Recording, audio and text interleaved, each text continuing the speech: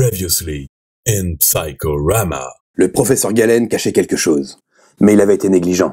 En fouillant son bureau, j'avais trouvé un indice. Une Bible.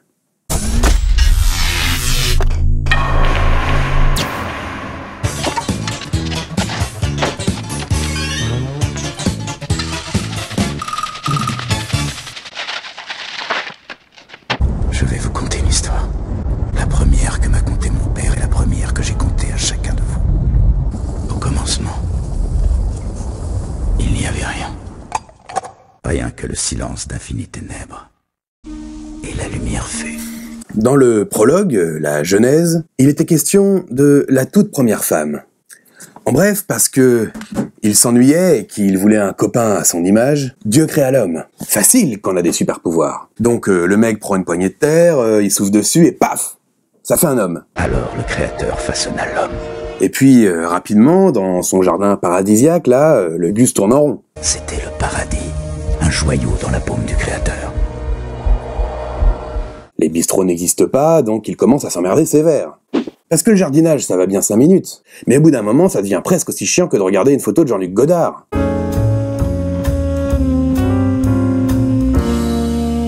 Vous voyez, c'est chiant. Pour remédier à ça, Dieu prend un morceau de l'homme, une côte, et bim, ça fait une femme. Magie! Et à son côté, la femme. Notre père et notre mère à tous. Donc la femme était un bout d'homme, elle n'existait pas vraiment. Et puisque c'était un bout d'homme, il était logique qu'elle lui appartienne. D'ailleurs, un peu plus loin dans cet ouvrage, il était question des 10 commandements. Il était inscrit, je cite... Ah oui. Tu ne convoiteras pas la femme de ton prochain. Cet interdit fondamental portait sur le désir de l'homme, mais nulle mention du désir féminin. Eh oui, ces lois s'adressaient uniquement aux hommes. La femme n'existait pas. Ou plus exactement, elle n'existait qu'en tant que propriété masculine. J'avais résolu le mystère de Freud et Lacan. Mais c'était presque trop facile. La religion, c'est l'opium du peuple, disait Karl Marx. Et si c'était un moyen pour l'homme d'exercer sa domination sur la femme? Et si c'était pas Dieu qui avait gravé ces 10 commandements dans la pierre, mais un homme, un faussaire? Alors évidemment, je ne suis pas le premier à y penser. Il y a déjà eu Isabelle Alonso et Clémentine Autain avant moi. Dans le métier, on appelait ça une orgie de preuve. Ça sentait pas bon. Après avoir créé Dieu à son image, donc misogyne, hein, bon, l'homme aurait inscrit directement sur les tables de la loi la soumission de la femme à l'homme. Un redoutable moyen d'être pépouse pendant encore quelques siècles. Ah bah si, regarde.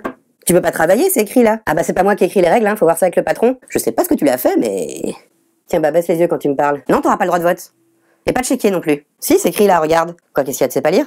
Ah oui, c'est vrai, t'as pas le droit. Non mais fais-moi confiance, c'est marqué. C'est dans l'édition originale. Non mais ça va pas t'intéresser, y a pas d'horoscope. Mais était-ce vraiment le véritable sens de la phrase de Lacan? Si c'était ça, ce serait pas vraiment une découverte. Hein. Il me fallait chercher des réponses ailleurs, notamment dans l'anthropologie psychanalytique. Alors je passais au nom suivant sur mon petit carnet noir. Il existait un homme, Zafiropoulos, un expert de la question féminine. Et il aurait peut-être les réponses à notre énigme.